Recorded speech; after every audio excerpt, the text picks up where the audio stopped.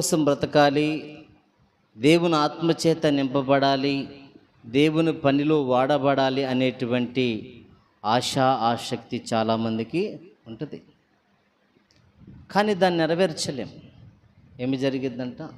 శరీర బలహీనత. అది చాలా ఆసక్తి ఉంటుంది. మంచిగా నేను ప్రార్థనలో ఉండాలి, మంచిగా నేను మంచి పేరు తెచ్చుకోవాలి, ప్రభుకు ఘనత తీసుకురావాలనుకుంటాం. కొన్ని సందర్భాలు, కొన్ని పద్ధతులు ఏమి జరుగుతాయి అంటే మన జీవితాన్ని మార్చేస్తాయి.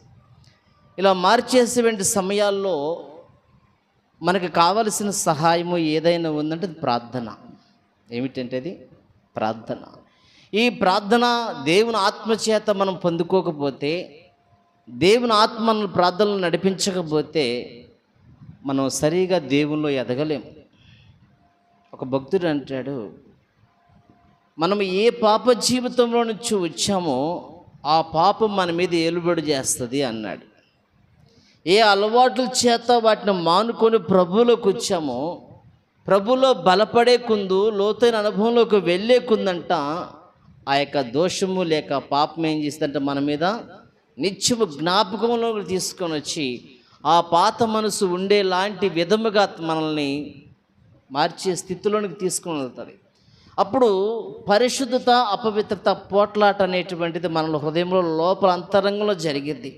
పైకి భక్తి కలిగిన వారు వాళ్ళే మాట్లాడతాం, కానీ అంతరంగంలో జరిగేది ఎవరికి కూడా తెలియదు. ఆ పోరాటం ఎవరైతే ఉందో వారు పరిశుద్ధాత్మ చేత నింపబడుతున్నారు, దేవుని ఆత్మచేత నడిపించబడుతున్నారని మనం అర్థం చేసుకోవచ్చు వారికి వారుగా. అయితే బైబిల్ గ్రంథంలో ఒక భక్తుడు ఉన్నాడు, చాలా బలవంతుడు. ఎలాంటి వాడంట? చాలా బలవంతుడు. ఎలాంటి బలవంతుడంటే, ఒక ప్రాంతం ప్రాకారానికి గేట్లు ఉంటే ఆ గేట్లు మూస్తే సహజంగా మనం ఏం చేస్తాం? ఎక్కి అదరికి వెళ్తాం, అవునా కదా? గేట్లు వేసారనుకోండి, ఒక కాలనీకి వచ్చి పెద్ద గేట్లు ఉంటాయి. ఆ కాలనీలోకి రావాలంటే ఇక్కడ వాచ్మెన్ ఉంటాడు, ఆ గేట్ల ద్వారా ఆర్చిలోంచి రావాలి. ఒకవేళ లాకేస్తుంటే గేట్ ఎక్కి దిగి ఆ దరికి వస్తాం. సంసోన్ ఎలాంటి వాడు అంటే గేట్ల సగం ఇలా లేపుకొని వెళ్ళిపోయి పడేసేసినటువంటి వాడు. గేట్లు తీసేసుకొని ఎత్తుకొని వెళ్ళి అవతల పడేసినటువంటి గొప్ప బలమైనటువంటి వ్యక్తి సంసోన్. ఇలాంటి బలమైనటువంటి వ్యక్తి జీవితంలో 2 రాంగ్ స్టెప్స్ వేసాడు. ఆయన వేసాడు, మనం వేయలేదు. ఆయనకంటూ 100, ఆయన 2 వేస్తే మనం 100 వేసాం. రాంగ్ స్టెప్పులు, వెళ్ళకూడనటువంటి రూట్లో, ఉండకూడనటువంటి ప్రదేశాల్లో, చేయకూడనటువంటి పనుల ద్వారా ఎన్నో చేసిన సందర్భాలు ఉన్నాయి. కనుక సంసోను గారిలో తప్పులు ఎతకటం కాదు, కానీ మన జీవితంలో అలాంటి ఒకవేళ ఉన్నాయేమో అని రోజున మనం పరిశీలన చేయాలి. సందేశం వింటున్నటువంటి మనం, సంసోను యొక్క ఆత్మీయ జీవితము ఏంటి? ఎంతకాలం ఉంది తన యొక్క ఆత్మీయ జీవితం? మనమున్న మన జీవితంలో నువ్వు ప్రార్థనకి ఎన్ని దినాలు బట్టి, ఎన్ని సంవత్సరాలు బట్టి వస్తున్నావు? ఇప్పుడు ప్రజెంట్కి ఎన్ని సంవత్సరాలు నీవు వచ్చి ఇప్పుడు నీ ఆత్మీయ స్థితి ఎలాగుంది? మొదట్లో ప్రారంభ దినాల్లో నీవు సన్నిధికి వచ్చేటప్పుడు నీ ఆత్మీయ స్థితి ఎలా ఉంది? పెరగాల, తరగాల? చెప్పాలా? ఆత్మస్థితి పెరగాల, రోజు తగ్గాల? పెరగాలి. పెరగకపోతే మరగుజ్జులు అవుతాం. ఏమవుతాం? పొట్టిగా ఉంటారు. భూమికి 1 అడుగున్నర 2 అడుగులు హైట్లో ఉన్న వాళ్ళు ఏమంటారు? అలాగంటారా లేదా? మన భక్తి అలాగ ఉండకూడదు. మన భక్తి ఎప్పుడు కూడా ఎదుగుదల కలిగినటువంటిగా ఉండాలి. దేవునికి వ్యతిరేకకరమైన ప్రతి విషయాన్ని పసిగట్టి గమనించి, ఇది నా జీవితాన్ని పాడు చేస్తుందని చెప్పి దాని నుంచి జాగ్రత్త కలిగి దాన్ని మనం బయటికి నెట్టేసే స్థితిలో ఉండాలి. అవసరమైతే దాన్ని కాల్చి బూడొచ్చేసే స్థితిలో మన ఆత్మీయస్థితి ఉండాలి. అలాంటి ఆత్మీయస్థితి రోజుల్లో యవన బిడ్డలకి, భక్తి కలిగినటువంటి దేవుని బిడ్డలని విశ్వాసులకి లేకపోతే మనం ఎందుకు పనికిరాం? సంసోను యొక్క మాటలలో చూద్దాం. న్యాయాధిపతుల గ్రంథము 16వ అధ్యాయము 28వ వచనాన్ని చదువుకుందాం. న్యాయాధిపతుల గ్రంథము 16వ అధ్యాయము 28 నుంచి 31 బట్టికి నేను చదువుతాను. దయచేసి బైబిల్స్ ఉన్నవారు జాగ్రత్తగా చూడండి. అప్పుడు సంసోను, యెహోవా ప్రభువా, దయచేసి నన్ను జ్ఞాపకము చేసుకొనుము. దేవా, దయచేసి ఈసారి మాత్రమే నన్ను బలపరచుము. నా 2 కన్నులు నిమిత్తము ఫిలిష్తీయులను ఒక్కమారి దండించి పగ తీర్చుకొననిమ్మని యెహోవాకు మొరపెట్టి, ఆ గుడికి ఆధారముగున్న 2 మధ్య స్తంభంలో ఒకదానికి కుడి చేతను ఒకదాని ఎడమ చేతను పట్టుకొని, నేనును ఫిలిప్తు చనిపోదుము గాక అని చెప్పి బలముతో వంగినప్పుడు గుడి ఆ సర్దారుల మీదను దానిలో ఉన్న జనులందరి మీదను పడెను. మరణకాలం అతడు చంపిన వారి శవమును లెక్క జీవితకాలమందు అతడు చంపిన వారి లెక్క కంటే ఎక్కువాయను అని రాశారు. 31 కూడా. అప్పుడు అతని స్వదేశ జనులు అతని తండ్రి ఇంటి వారందరూ కూడి అతను మోసుకొని వచ్చి జోర్యాకును ఎఫ్రాయిమునకు మధ్యనున్న అతని తండ్రి అయిన మానోహు సమాధులు అతను పాతిపెట్టిరి. అతడు 20 సంవత్సరములు ఇశ్రాయేలుకు న్యాయాధిపతిగా ఉండెను అని సంసోను గురించి లాస్ట్ మ్యాటర్ అన్నమాట. ఇది ప్రారంభంగా అది మనం చదువుకుంది. ఆఖరి స్థితిలో సంసోను ఏమైపోయాడంటే 2 కళ్ళను కోల్పోయాడు. మొదట్లో బలవంతుడు, చురుకైనటువంటి నేత్రాలు షార్ప్గా పదునైనటువంటి వ్యక్తి, బలమైనటువంటి వ్యక్తి, నాజీరు చేయబడినవాడు, వ్రతము చేయబడినటువంటి వాడు, దేవుని చేత ఏర్పాటు చేయబడినటువంటి వ్యక్తిత్వం. అయితే ఏమి జరిగిందండి అంటే, తాను చేసిన ప్రార్థన దేవునికి ఒక మనవి చేశాడు. యెహోవా ప్రభువా, దయచేసి నన్ను జ్ఞాపకము చేసుకొనుము. దేవా, దయచేసి ఈసారి మాత్రమే నన్ను బలపరచుము. నా 2 కనుల నిమిత్తము ఫిలిష్తీయులకు ఒక్కమారే దండించి పగ తీర్చుకొనిమ్మని యెహోవాకు మొరపెట్టాడు. అంటే ఒక్కసారి చాలు, ఇంకా నాకు అవసరం లేదు అంటే ఒక నిర్ణయానికి వచ్చాడు సంసోను. ఇంక నేను బ్రతికే అవకాశాలు కూడా లేవు, ఎట్టో నన్ను ఇక్కడ ఏదో ఇలా హంగామా చేసేస్తున్నారు, చూపుండి లేనివాడిలాగా అన్నట్టుగా, లేక ఉన్నవాళ్ళ కాదు కానీ నా 2 నేత్రాలు పోయినాయి, నేను గానుగు తిప్పుతూ పనికిమాలిన వాడి వలె, బలహీనుడి వలె, దాసుడి వలె అయిపోయాను, ఉన్నతమైన స్థితిలో ఉన్నాను, మరి సుమారుగా 20 సంవత్సరాల పరిపాలన చేశాను, ఇంత స్థాయిలో ఉన్న వ్యక్తిని ఇలాంటి స్థితిలో ఉన్నాను కనుక నా అపరాధాలు కూడా ఉన్నాయి, అది మరుగైన మాట. అది కనుక దయచేసి ఒక్కసారి నన్ను బలపరచు, నాకు బలాన్ని దయచేయి, నన్ను జ్ఞాపకం చేసుకో, ఫిలిష్తీయులతో నేను చనిపోతాను, ఒక్కసారి పగ తీర్చుకోవటానికి సహాయం చేయమని దేవుని దగ్గర ప్రార్థన చేశాడు. ఎప్పుడైతే ఈ ప్రార్థన చేశాడో, ప్రార్థన చేసిన తర్వాత దేవుని యొక్క ఆత్మ తన మీదకి వచ్చింది. ఈ దేవుని తన మీదకి వచ్చినప్పుడు ఎడమ చేత్తో ఒక పిల్లర్ని, కుడి చేత్తో ఒక పిల్లర్ని పట్టుకొని దాన్ని ఏం చేశాడంటే అలాగ నెట్టేసేసాడు. ఈ దాగోను యొక్క దేవాలయం ఎలాగుంటుందంటే, మన చుట్టూ పిల్లర్స్ ఉంటాయి మందిరాలకి, దానికి అలాగుండా 2 స్తంభాలు ఎలా ఉంటాయి, దీని మీద ఆధారం ఉంటుంది గుడి. 5 స్టేర్ కింద స్టేర్, జనం చాలామంది కిక్కిరిసిపోతున్నారు. ఈ 2 స్తంభాలు ఎరగదీస్తే మొత్తం పడిపోయింది ఇంకంతే. కనుక 2 స్తంభాలు ఎరగదీసేసాడు దేవుని యొక్క శక్తి చేత. చనిపోయారు చాలామంది, అందులో సంసోను గాడు పడి చనిపోయాడు. తన వారు తను తీసుకొని వెళ్ళి తండ్రి యొక్క సమాధులు అతన్ని ఉంచారు. అయిపోయింది. ఎందుకు ఇలాంటి పరిస్థితి వచ్చింది? సంసోను యొక్క జీవితం ఏమిటి? సంసోను దేవుడు ఎందుకు పుట్టించాడు? సంసోను పుట్టించడానికి గల కారణం ఏంటి? ఇతని విషయంలో ఒక సంసోను పతనానికి గల కారణం ఏంటి? సంసోను పుట్టుకకు గల కారణం ఏంటి? మనం కూడా పుట్టాము, మనం ఎదుగుతున్నాము, భక్తిలో నడుస్తున్నాము అనుకుంటున్న కొన్నిసార్లు మన జీవితాలు కూడా పతనమయ స్థాయిలోకి వెళ్ళిపోతాయి. మనల్ని పొగిడిన వారే ఒక్కొక్కసారి మన ముందే ఉమ్మేసే పరిస్థితులకు వెళ్ళిపోతూ ఉంటాం. మనం తలదించుకునే స్థితిలో వాళ్ళు అవమానకరంగా మాట్లాడుతున్నప్పుడు నోరు పెగలక లోపల కృంగి కృషిస్తూ పక్కకి వెళ్ళే సందర్భాలు మన జీవితాల్లో జరుగుతాయి. ఇది మనం చేసుకుందే కానీ ఎవడో చేస్తే మనకు రాదు ఇది. కనుక సంసోను జీవితంలో కూడా ఎలాంటి, అందుకని సంసోను పతనానికి కారణం ఏంటి? రెండోది సంసోను పుట్టుకకి కారణం ఏంటని మనం ఆలోచన చేస్తున్నప్పుడు, సంసోను పుట్టినది ఫిలిష్తీయుల చేతుల్లో నుండి ఇశ్రాయేలును రక్షించుటకు. దేనికి పుట్టాడండి సంసోను? అక్కడ చనిపోయింది కారణం ఏంటి? అలాంటి భయంకరమైన మరణము ఎందుకు వచ్చింది సంసోనికి? చాలా బాలాఢ్యుడు, దేవుడిచ్చిన కుమారుడు ఎవరికి ఇచ్చాడు తెలుసా? పిల్లలు లేనటువంటి ఆమెకి ఇచ్చాడు. వింటున్నారా లేదా? వింటున్నారా? ఎవరికి ఇచ్చాడంట? పిల్లలు లేనామని ఏమంటారు? గొడ్రాలు అంటారు. మానోహు భార్య గొడ్రాలు, పిల్లలు లేరు. ఫిలిష్తీయుల చేతులోంచి ఇశ్రాయేలుని రక్షించటానికి ఆమెతో మాట్లాడి, దేవుడు దూత వచ్చి మాట్లాడి సంసోన్ని అక్కడ ఏర్పాటు చేస్తాడు దేవుడు.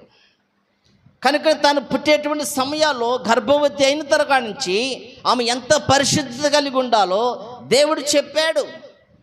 ఈ రోజుల్లో మనం కూడా చాలా జాగ్రత్తగా గమనించాలి. భక్తి పరులైనటువంటి వారు ఎంత పరిశుద్ధత కలిగి ఆమె జీవించిందంటే, ఆ పరిశుద్ధత అంతా కూడా పోయింది సంసోన్ జీవితంలో. తినే విషయాల్లో, మాట్లాడే విషయాల్లో, త్రాగే విషయాల్లో ప్రతిదీ పరిశుద్ధత కలిగి జీవించిన మానోహు భార్య సంసోన్ యొక్క తల్లి. కనుకని చదువుకుందాం, చూడండి. న్యాయాధిపతుల గ్రంథం 13వ అధ్యాయము, న్యాయాధిపతుల గ్రంథము 13వ అధ్యాయము 5వ వచనం చదువుతున్నాను. బైబిల్ గ్రంథం ఉన్నవారు చూడండి. నీవు గర్భవతివై కుమారుని కందువు, అతని తల మీద మంగళ కత్తి వేయకూడదు. ఆ బిడ్డ గర్భను పుట్టిన మొదలుకొని దేవునికి నాజీరు చేయబడిన వాడై ఫిలిష్తీయుల చేతుల నుండి ఇశ్రాయేలు రక్షింప మొదలుపెట్టినని ఆమెతో అనగా. 5వ వచనం బట్టికే దేనికి పుట్టాడు సంసోను? తన బల ప్రభావాల కోసము చూపు కోల్పోయి గానుగు తిప్పుతూ ఒక బానిసలాగా దాగోని యొక్క దేవాలయంలో అలాంటి వారితో కల మరణించటానికి కాదు. హీరో ఎప్పుడు ఎలాగుంటాడు? విలన్ చంపి హీరో అవుతాడు. అర్థమవుతుందా? విలన్ చంపి హీరో కూడా చనిపోతే అక్కడ గొప్పతనం ఏం లేదు. అలాగనే ఫిలిష్తీయుల విషయంలోకి వచ్చేటప్పటికి వారిని చంపి నిలబడితే టాప్గా ఉండేది.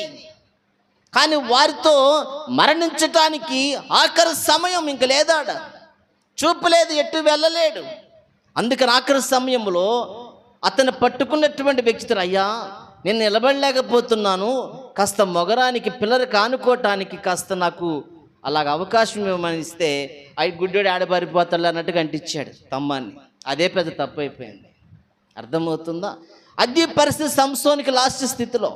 అసలు ఎందుకు తన్ని దేవుడు పుట్టించాడంటే, బైబిల్ గ్రంథంలో రాయబడిన మాట ఏమిటని ఆలోచన చేస్తే, ఇశ్రాయేలీలను రక్షింప మొదలుపెట్టిన ఆమెతో అనగా ఎలాగంటున్నాడు అంటే, నాజీరు చేయబడిన వాడై ఫిలిష్తీయుల చేతిలో నుండి ఇశ్రాయేలును రక్షింప మొదలుపెట్టును. అంటే ఇశ్రాయేలుని రక్షించటానికే ఈ సంసోన్ని నీకు కుమారుడికి ఇస్తున్నాను. అతని పుట్టుకకు గల కారణం ఏంటంటే, ఇశ్రాయేలీలకి విడుదల ఇవ్వటానికి. ఎవరి నుంచి? ఫిలిష్తీయుల నుంచి. ఫిలిష్తీయులకు బానిసలైపోయారు ఇశ్రాయేలీలు. ఎందుకు బానిసలైపోయారంటే, వారు చేసిన అపరాధాలను బట్టి, వారు చేసిన దోషాలను బట్టి దేవునికి వ్యతిరేకమైన కార్యక్రమాలు జీవించారు కనుక దేవుడు వారికి అప్పగించేశాడు ఫిలిష్తీయులకు ఇశ్రాయేలీయుల్ని. వాళ్ళు పెట్టేటువంటి యాతన, వాళ్ళు పెట్టే శోధన విని దేవునికి ప్రార్థన చేశారేమో కానీ, ఆ గడువు అయిపోయిందో ఏమో కానీ, దేవుడు మానోహు భార్యని ఎన్నుకొని సంసోన్ని వారికి అనుగ్రహించి కుమారుడుగా ఇతను ఎందుకు ఇస్తున్నాను తెలుసా? ఇశ్రాయేలీయుల్ని ఫిలిష్తీయుల చేతిలో నుండి విడిపించటానికి నేను ఇతన్ని మీకు ఇస్తున్నాను అన్నాడు. ఇచ్చే సమయంలో ఎలాగుండాలి, ఏమిటని ఆలోచన చేస్తుంటే చాలా జాగ్రత్తగా ఉండాలి. ఎలా ఉండాలంట? చాలా పవిత్రతగా ఉండాలని చెప్పి అంటున్నాడు. 3వ వచనం కానీ నేను చదువుతున్నాను చూడండి. యెహోవా దూత స్త్రీగా ప్రత్యక్షమై, ఇదిగో నీవు గొడ్రాలువు, నీకు కానుపు లేకపోయెను, అయితే నీవు గర్భవతివై కుమారుని కందువు, కాబట్టి నువ్వు జాగ్రత్తగా ఉండి ద్రాక్షారసమునే కానీ మద్యమునే కానీ త్రాగకుండుము, అపవిత్రమైన దేనినైనా తినకుండుము. ఎలాంటి వాడు సంసోను? నువ్వు ద్రాక్షారసం త్రాగకూడదు, మద్యం తాగకూడదు, అపవిత్రం నేనే సరే నువ్వు తినకూడదు. చాలా జాగ్రత్తగా ఉండాలి. నాజీరు చేయబడినవాడు సంసోను, వ్రతం చేయబడినవాడు సంసోను. ఇశ్రాయేలుని విడిపించడం కోసం, విడుదల కలగజేయటం కోసం ఒక రక్షకుడుగా నేను మీకు పంపిస్తున్నాను మీ గర్భంలోనికి. ఒక గొప్ప ప్రణాళికతోటి, గొప్ప ఆలోచనతోటి, గొప్ప వీరుణ్ణి భూమి మీదకి పంపించాడు దేవుడు మానవ భార్య ద్వారా. జరిగిన విషయం ఏమిటని ఆలోచన చేస్తే, సంసోను దేవుని చిత్తం ఏమో కానీ సంసోను మట్టికి ఆటోమేటిక్గా ఆ పుట్టినటువంటి పుట్టక విధమేమిటో కానీ, అతని యొక్క స్వభావాలు కానీ, అతని ఆలోచనలు కానీ అన్నీ మారిపోయినాయి. కానీ ఎటు మారిపోయినా సరే దేవుడు ఎందుకు ఆ వ్యక్తిని పుట్టించాడో ఆ విషయం పని జరిగించుకుంటాడు. ఏమి చేస్తాడంట, అది సంసోను జీవితంలో జరిగింది. ఏమి జరిగిందంటే 14 అధ్యాయం చదువుకున్నాం చూడండి. 14 అధ్యాయంలో 1 నుంచి 3 దాకా నేను చదువుతాను, మీరు చూడండి. సంసోను తిమ్నాతుకు వెళ్ళి తిమ్నాతులో ఫిలిష్తీయుల కుమార్తెలో ఒకతెను చూచాను. అతడు తిరిగి వచ్చి తిమ్నాతులో ఫిలిష్తీయుల కుమార్తెలో ఒకతెను చూచి తిని, మీరు ఆమెను నాకిచ్చి పెండ్లు చేయవలనని తన తల్లిదండ్రులతో అనగా. ఫిలిష్తీయుల దేశంలోనే ఉన్నారు కదా, ఫిలిష్తీయులకు లోబడి ఉన్నారు కదా, వీళ్ళకి వాళ్ళ ప్రత్యేక ఉన్నప్పటికీ ఆ ప్రాంతంలోనికి వెళ్ళి అందులో ఒక కుమార్తెను చూస్తే, ఫిలిష్తీయుల కుమార్తెను చూసి ఆమెను నచ్చి, ఆమెను మెచ్చి, ఆమెను ప్రేమించి ఇంటికి వచ్చి అంటున్నాడు వాళ్ళ నాన్నగారితో, నాన్నగారు ఎవరంట నాన్నగారు అని చెప్పేసి ఏమంటూ ఉన్నాడంటే, నేను ఒక అమ్మాయిని చూశాను, ఆ అమ్మాయి నాకు నచ్చింది, బాగుంది, నాకు ఇష్టమైంది, నాకు ఇచ్చి పెళ్లి చేయండి. ఇంకేమీ లేవు డైలాగులు అక్కడ. ఆయన ఏమంటున్నాడంటే ఒక మాట అంటున్నాడు. ఏమంటున్నాడంటే 3వ వచనంలో, వారు నీ స్వజనుల కుమార్తెల్లో కానీ నా జనంలో కానీ స్త్రీ లేదనుకొని సున్నతి పొందని ఫిలిష్తీయుల్లో నుండి కన్యను తెచ్చుకొనుటకు వెళుచున్నావని అతన్ని అడిగి, అందుకు సంసోను ఆమె నాకు ఇష్టమైనది కనుక ఆమెను నా కొరకు తెప్పించమని తన తండ్రితో చెప్పాను. మనలో సున్నత పొందిన వాళ్ళు ఉన్నారు, మనలో పరిశుద్ధి కలిగిన వాళ్ళు ఉన్నారు, మనం ఆరాధిస్తున్న యెహోవా దేవుడిని సేవించేవారు ఉన్నారు. వాళ్ళు లేరనుకొని సున్నత లేనటువంటి వారిలో నుంచి ఒక కుమార్తెను తీసుకొని ఆమెను ఇష్టపడుతున్నావని సంసోనుతో తన తండ్రి అడిగాడు. అడిగినప్పుడు అని నాకు తెలియదు, నాకు ఆమె ఇష్టమైంది, నాకు తీసుకొచ్చి పెట్టండి. ఎంత మారామైందో ఆలోచన చేశారా? ఒక్కసారి వచ్చిన దగ్గర మనం కూర్చుంటే, మన ఇంట్లో పిల్లలు ఉంటారు కొంతమంది, మన దగ్గర పైసలు లేవు, ఏమి లేవంట, ఒక 100 రూపాయలు జేబులో ఉన్నాయి. వాడేదో ఒక 200 రూపాయల వస్తువు చూసి అది నాకు ఇప్పించమంటాడు. సరే వాడి మీద ప్రేమతో ఇప్పిద్దామంటే ఇక్కడ ఎంత ఉన్నాయి 100 రూపాయలే ఉన్నాయి. దాని విలువ ఎంత? 200. అరే రేపు పుచ్చుకుందాము, ఇప్పుడు డబ్బులు లేవంటే లేదు నేను రానంటాడు. అర్థమవుతుంది అనుకుంటున్నాను నేను. రానంటాడు, నాకు అదే కావాలంటాడు. అరే డబ్బులు లేవురా, రేపు వచ్చినప్పుడు కొందావరా అంటే లేదు అని దిగి నేల మీద పడి డొల్లాడుతూ ఉంటాడు. చూసేవాళ్ళు ఏమంటారు, ఏమయ్యా పిల్లవాడు అడిగితే కొనిపెట్టచ్చు కదా, మరి పాసేవాళ్ళలాగా ఉన్నావు అంటారమ్మా. అతని వ్యక్తిగత బాధ అతనికి తెలుసు, బయట వాళ్ళకి తెలియదు. అలాగనే సంసోను ఏమంటున్నాడంటే, అవన్నీ నాకు తెలియదు, ఆమె అంటే నాకు ఇష్టం, ఆమె తెచ్చి నాకు ఏంటి, ఈ టైపులో మాట్లాడతాడు. దేవుడు ఎందుకు పుట్టించాడు? ఇశ్రాయేలుని రక్షించడానికి పుట్టించాడు. ఇతని పరిస్థితి ఎలాగుంది? ఒక అమ్మాయిని చూసి నాకు అమ్మాయిని తెచ్చిపెట్టండి అంటున్నాడు. అయినప్పటికీ అది రాంగ్ స్టెప్ ఏమో, మంచి తర్వాత సంగతి కానీ అనుకోవటానికి దేవుడు మటుకు ఏం చేశాడంటే ఆయనకు అనుకూలంగా మలుచుకున్నాడు. దాన్ని ఎలాగ మలుచుకున్నాడంట, తనకు అనుకూలంగా దేవుడు మలిచేశాడు. ఫిలిష్తీయులకు ఏదైనా చేయటానికి ఆ స్త్రీ యందు ఇష్టం కలుగునట్లుగా, ఆమెను ప్రేమించినట్లుగా, ఆమె కావాలని మారాము చేసిన సమయాల్లో ఇంకొక రూట్లో ఆలోచన చేస్తే ఫిలిష్తీయులకి సంసోనుకు వైరం అనేటువంటిది రావటము ప్రారంభమైపోయింది.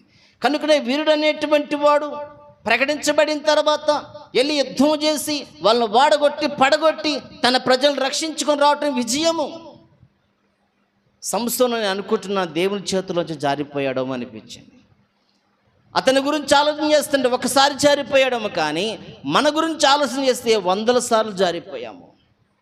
ఆహార విషయాల్లో, అలవాట్ల విషయాల్లో, చూపుల విషయాల్లో, ఆలోచనల విషయాల్లో, పనితీరు విషయాల్లో, పరిశుద్ధత విషయాల్లో, క్రియల విషయాల్లో ఎన్నిసార్లు మనం జారిపోయాం మనకే తెలియదు.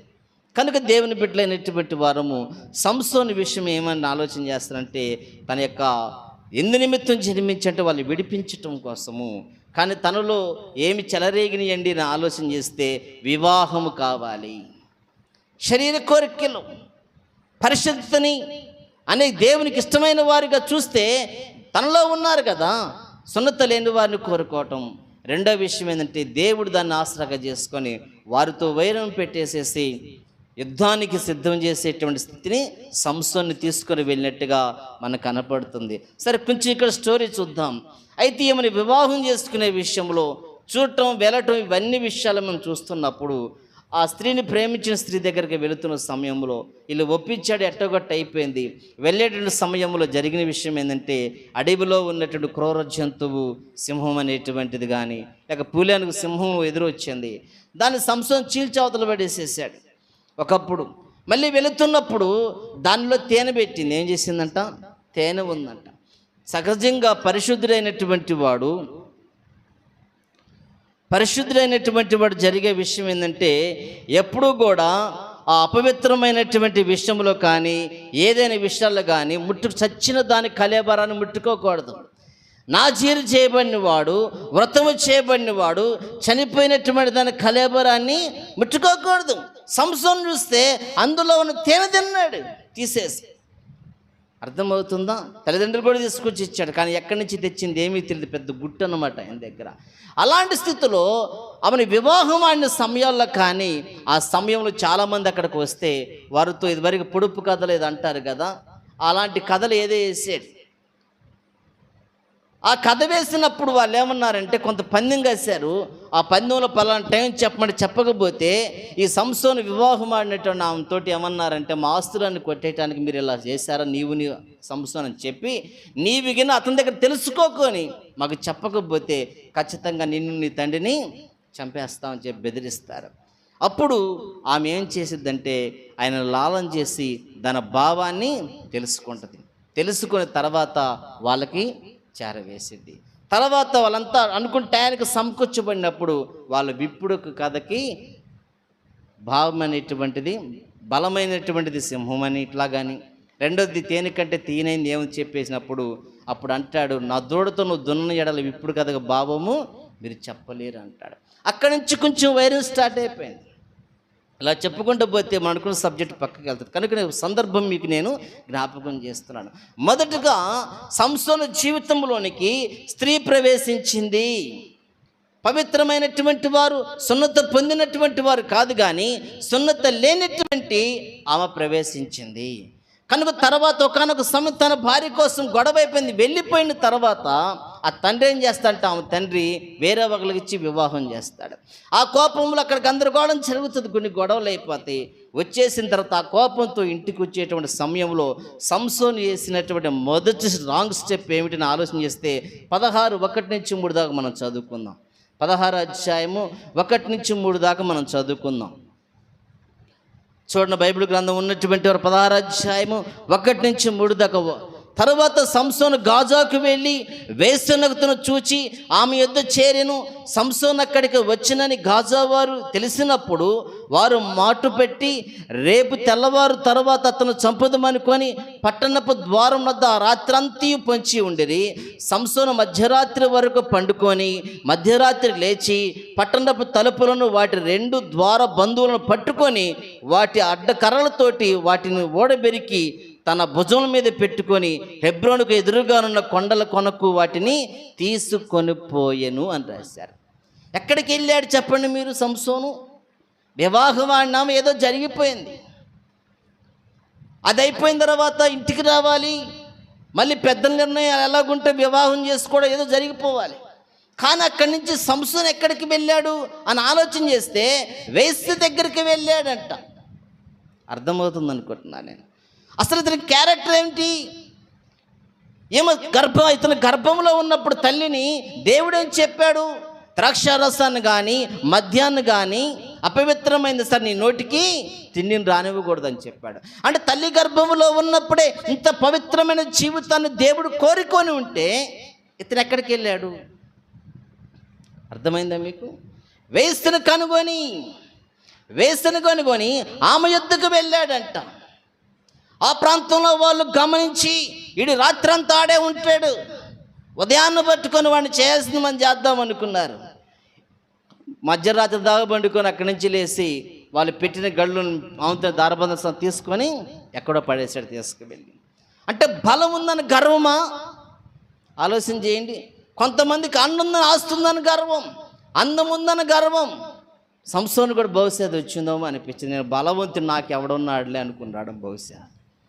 లాస్ట్లో అయిపోయింది అదంతా కూడా. కనుక ఈ రోజుల్లో యవ్వన బిడ్డలైనటువంటి వారు గమనించాలి. దేవుడు వివాహ వ్యవస్థను ప్రవేశపెట్టాడు. పరిశుద్ధులు పరిశుద్ధులుగానే ఉండాలి, నీతిమంతులు నీతిమంతులుగానే ఉండాలి. ఇలాగ లేకుండా అపవిత్రమైనటువంటి వ్యక్తిని పరిశుద్ధత కలిగిన వ్యక్తి చేసుకుని వాడేదో మారుస్తామంటే వాడు మారటం కాదు, నువ్వు కూడా మారిపోతావు. అర్థమవుతుందా? నేను అమరావతిలో నా కళ్ళెదురుకు ఒక దృశ్యం కనపడింది. ఒక కుక్కకు పిచ్చెక్కింది. అందరు కర్రలు తీసుకొని కొడుతున్నారు, పారిపోతుంది అది. అయితే ఆ ప్రాంతంలో తిరుగుతున్న ఇంకొక కుక్క ఉంది. జరిగిందే అది. ఏందండి పరిశుద్ధమైన వాక్యం ఏంటి కుక్క చెబుతున్నా అనుకోబాకండి. జరిగిందే ఇది ఉపయోగపడుతుంది అన్నమాట. అందరూ తరుపుతుంటే అది పారిపోతుంది, సొంగబడుతుంది, పారిపోతుంది. ఇంకోటి ఏదో దాన్ని చీల్చి చెండాడినట్టుగా పరిగెత్తుకుంటూ పోయింది. మనుషుల కంటే ముందు పోయి కాలికి తట్టుకొని దాని ముందు బోర్లో పడింది. అంతే అది బోర్లో పడగానే ఆ పిచ్చెక్కింది ఏం చేసిందంటే దీన్ని కసకస కొరికోలు పెట్టేసేసి దీనికి మళ్ళీ స్టార్ట్. దాన్ని చంపేసి దీనికోసం తిరుగుతున్నారు జనమంతా కూడా మళ్ళీ. అంటే అది ఏమిటో దుష్టునికి దూరంగా ఉండని ఎందుకు చెప్పాడు దేవుడు? అప్పుడు అర్థమవుతుంది. కనుక సంసోను యొక్క జీవితంలో తల్లిదండ్రులు చెప్పలేదా? నాజీరు చేయబడినవాడు దేవుని యొక్క ఆత్మ తల వెంట్రుకలతో ఇమిడి ఐక్యమై ఉన్నది. దేవుని శక్తి అతనిలో ఉంది. తల వెంట్రుకలు తొలగించగానే సామాన్యమైన మానవుడైపోతాడు అతను. అలాంటి శక్తి దేవుడు ఇచ్చాడు, అనుగ్రహించాడు ఆయనకి. అయితే వారు చెప్పే ఉంటారు, చెప్పకుండా ఉండరు కదా. దేవుడు ఇలాగ చెప్పాడయ్యా, నువ్వు ఫిలిప్స్తీయుల చేతిలో ఇశ్రాయేలుని విడిపించడం కోసం నువ్వు పుడుతున్నావంటే రక్షకుడిలాగా నువ్వు ఆ పని చేయాలని బహుశా చెప్పారు. 20 సంవత్సరాల పరిపాలన కూడా చేశాడు, మంచిగా వాడిగా అన్నాడు. కానీ తన శరీరంలో ఉన్నటువంటి భయంకరమైనటువంటి శరీర కోరిక, ఆ కోరిక ఏమంటే సంసోను గాజాకు వెళ్ళి వేశ్యనొకతను చూచి ఆమె ఎద్దుకు చేరాను. First wrong step. ఇంతటితో ఆగాడా? ఒక తప్పు చేసినప్పుడు భయం ఉంటుందంట ఎవరికన్నా, అవునా కదా? చెప్పలేదు, ఎప్పుడు చేయలేదా, ఎప్పుడు మాట్లాడలేదా? ఒక అబద్ధం ఆడినప్పుడు ఏమైద్ది? భయం వేసిద్ది. రెండోది ఆడినప్పుడు కొంచెం తగ్గిద్ది. మూడోది ఆడినప్పుడు ఇంకొంచెం తగ్గిద్ది. నాలుగోది ఆడినప్పుడు ఇటు చేసినోడికి ఇంకేముందిలే అనుకుంటారు. అంటే ఎన్ని ఆడేసాం ఇంకేముందిలే అనిపించింది. నీకు అలవాటు అయిపోయింది. ఒక తప్పు రెండు తప్పు దాకా కొంచెం భయం ఉంటుంది. 2 చేస్తే మనం ఏం చేశాడు దేవుడు, తర్వాత చూసుకోవచ్చులే, అలా అలవాటు అయిపోద్ది. కనుకని ఇక్కడ కూడా సంసోను గాజాకు వెళ్ళి వేశ్యని కనుగొని ఆమెతో రాత్రి మధ్యరాత్రిదా గడిపి వచ్చి తనకున్న అండబలం కండబలం అన్నట్టుగా పీక తలుపులో అవతల పడేసి వెళ్ళిపోయాడు. తర్వాత అందరితో ఏమైనా ఆగాడా అని ఆలోచన చేస్తే ఆగలా. 4వ వచనం కాచి నేను చదువుతున్నాను చూడండి. 4 నుంచి మనం చదువుకుంటే 22 దాకా ఉంది స్టోరీ అంతా కూడా. 4 నుంచి 22 దాకా ఉన్నటువంటి స్టోరీలోనే సంసోను పతనమైపోయాడు. తన జీవితం అంతా కొండని విడిచిపెడితే ముక్కలు ముక్కలైపోయినట్టుగా తన పరిశుద్ధత కలిగినటువంటి జీవితము దేవుడు సంసోను భూమి మీదకి ఎందుకు రప్పించాడు, ఆ విషయం అంతా కూడా ఎందుకు పనికి రాకుండా పోయింది. అర్థమవుతుందా? అందుకనే మొదటిగా 2-3 వచనాలను చదువుతాను. 4వ వచనం కాడ నుంచి పిమ్మట అతడు కోరేషు లోయలోనున్న షోరేకు లోయలోనున్న పిమ్మట అతడు షోరేకు లోయలోనున్న దెలీలాను స్త్రీని మోహింపగా. ఇది 2వ రాంగ్ స్టెప్. మొదట్లోనేమో వేసి దగ్గరికి వెళ్ళిపోయాడు ఫస్ట్ వచనంలో. 4వ వచనంలోకి వచ్చేటప్పటికి ఏమంటున్నాడు? షోరేకు లోయలో ఉన్నటువంటి దెలీలా అనేటువంటి స్త్రీ దగ్గరికి వెళ్ళి ఆమెను మోహించి ఆమెతో ప్రేమ కొనసాగిస్తూ వచ్చాడు. ఆమె ఏమైనా సంసోను ప్రేమించిందా? సంసోను ఆమెను ప్రేమించినట్టుగా ఆమె ప్రేమించలా. సంసోను లాంటి వాళ్ళు ఎంతమంది అయ్యారో ఆమెకు తెలియదు. అర్థమవుతుందా? కనుక నేను అనుకుంటున్నాడు, ఓహో నన్నే ప్రేమిస్తుంది, నా బలము చూసింది, నా కండ చూసింది, నేను వీరుడిలాగున్నాను అనుకుంటున్నాడేమో. ఆమె అనుకుంటుంది, నువ్వు ఎంతరా బాబు, నీలో చాలామందిని నేను చూశాను అనుకుంటా. ఫిలిప్స్తీయులు సర్దార్లు కావచ్చు, వాళ్ళని పెద్దలంతా కూడా రహస్యంగా ఆమెతో మాట్లాడుతూ స్టార్ట్ చేశారు. దెలీలా, నీ దగ్గర సంసోను వస్తున్నాడు, అతని బలము దేనిలో ఉన్నదో నువ్వు కనుక్కో, పట్టుకో. మేమంతా కలిసి నీకేం చేస్తామంటే ధనాన్ని ఇస్తాం, బంగారాన్ని ఇస్తాము, డబ్బునిస్తాము, ఏదేదో చెప్పారు. చెప్పిన తర్వాత ఆమె ఆ బలం ఎక్కడుందో కనుక్కోవడం కోసం ఎంతో ప్రయాసం పడుతుంది. ఏం చేస్తుందంట? ఎంతో ప్రయాసం, ఎన్నోసార్లు అడిగింది. అన్ని అబద్ధాలు చెప్పాడు, నిజం ఎప్పుడు చెప్పలేదు. కనుక అన్ని అబద్ధాలు చెప్పాడు, అన్నిసార్లు ఫెయిల్ అయిపోయింది. అన్నిసార్లు కూడా తన బలం నుంచి తొలగించడం కోసం ప్రయత్నం చేసింది. అన్నీ తెలుస్తున్నాయి ఆయనకి, అన్నీ తెలుస్తూనే ఉన్నాయి. బలాన్ని తొలగించడం కోసం ఎన్నో ప్రయత్నాలు చేస్తుంది, అన్నీ తెలుస్తూనే ఉన్నాయి. కానీ చివరికి ఆమె అంటుంది, నీవు నన్ను ప్రేమించలేదు. ఏమిటంట? నీవు నన్ను ప్రేమించటం లేదు. ప్రతిసారి నేను నిన్ను ప్రేమిస్తున్నాను, రేపు శత్రువులు వచ్చేసి నిన్ను చంపేస్తే నా జీవితం ఏమైపోవాలి? మాయదారం మాట ఎలాగనే ఉంటాయి, అవునా కదా చెప్పండి? నేను నిన్ను ప్రేమిస్తున్నాను, నీవు తప్పితే నాకు ఏ ఆధారం లేదు అని చెప్పి ఆయన కొంచెం హైలైట్ చేసేసి, నీ బలం ఎక్కడుందో నాకు ఎక్కడ తెలుస్తుంది, నిన్నెవరు చంపేస్తే నా జీవితం ఏంది, కాస్త నాకు ధైర్యం ఉండటం కోసం నీ బలం ఎందులో ఉందో చెప్పు. లాస్ట్కి వచ్చేటప్పుడు అక్కడ చక్రం తిప్పుతుంది. ఆయన ఏదో సాగులు చెప్పుకుంటూ వచ్చాడు. లాస్ట్కి వచ్చి ప్రాణం విసికి చావకు కోరిన వాడయి తను చనిపోవడం సిద్ధపడి అంటున్నాడు, నేను పుట్టింది మొదలుకొని నా తల వెంట్రుకలు ఎంతవటికి తీయలేదు. నా తల నుంచి నా తల వెంట్రుకలు వేరు చేస్తే నేను సామాన్యమైన మనుషుని వలె అయిపోతాను. అప్పుడు నేను ఏమి చేయలేను. నా తల మీద తల వెంట్రుకలు ఉన్నంతకాలం 1000 మంది వచ్చినా సరే నన్నేమి కూడా చేయలేరని చెప్పి రహస్యం జారిపోయాడు. అందుకని బైబిల్ గ్రంథంలో ఒక మాట ఉంది, నీ కౌగిట పండుకున్న దాని ఎదుట నీ నోటికి పెదాలకి కాపు పెట్టమంటాడు. సంసోను ఆ విషయంలో ఫెయిల్ అయిపోయాడు. రెండో రాంగ్ స్టెప్లో దొరికిపోయాడు. ఇంకంతే. ఎమ్మటి ఆమె పిలిపించింది, ధనం ఇస్తామన్న వాళ్ళని, ఈ రోజుకి రాని రాత్రికి అసలు రహస్యం చెప్పేసేసాడు సంసోను అని చెప్పింది. చక్కగా నిద్రపుచ్చేసేసింది, తొడ మీద పండుకొని తల వెంట్రుకలు మొత్తం కూడా తీయించేసేసింది, నొన్నటి గుండు చేసేసేసింది. వాళ్ళు వచ్చి సంసోను ఇదిగో ఫిలిప్స్తులు వచ్చారని చెప్పగానే ఈయన ఎప్పుడులాగా ఏమో తల వెంట్రుకలు బలంగా ఉన్నాను హూ హా అని లేచాడు, ఎట పట్టుకొని ఆగిపోయాడు. అంతే, ఇంకేమీ లేదు. బలము తొలగిపోయింది, దేవుని శక్తి దూరం అయిపోయింది, దేవుని ప్రభావం వెళ్ళిపోయింది. ఎంతమందిని చంపాడు తెలుసా? పచ్చి గాడిద ఎముక పట్టుకుని, దవడ ఎముక 1000 మందిని చంపి ఒక 500 కుప్ప 500 కుప్ప వేసాడు. అంత బలమైన వాడు అటుద్దరిటిద్దరు పట్టుకుంటే ఆగిపోయాడు బొమ్మలాగా. కారణం ఏంటంటే దేవుని ఆత్మ తొలగిపోయింది, దేవుని శక్తి బయటికి వెళ్ళిపోయింది, దేవుని ప్రభావం సంస్థ నుంచి పక్కకు తొలగిపోయింది. కారణం ఏంటి? దెలీలా చింతకు చేరటం, ఆమెకు రహస్యం చెప్పటం, ఆమెను మోహించటం వల్ల. ఇది శరీర కోరికలు అంటారు, ఏమంటారు చెప్పండి, ఒకసారి ఆలోచించేయండి.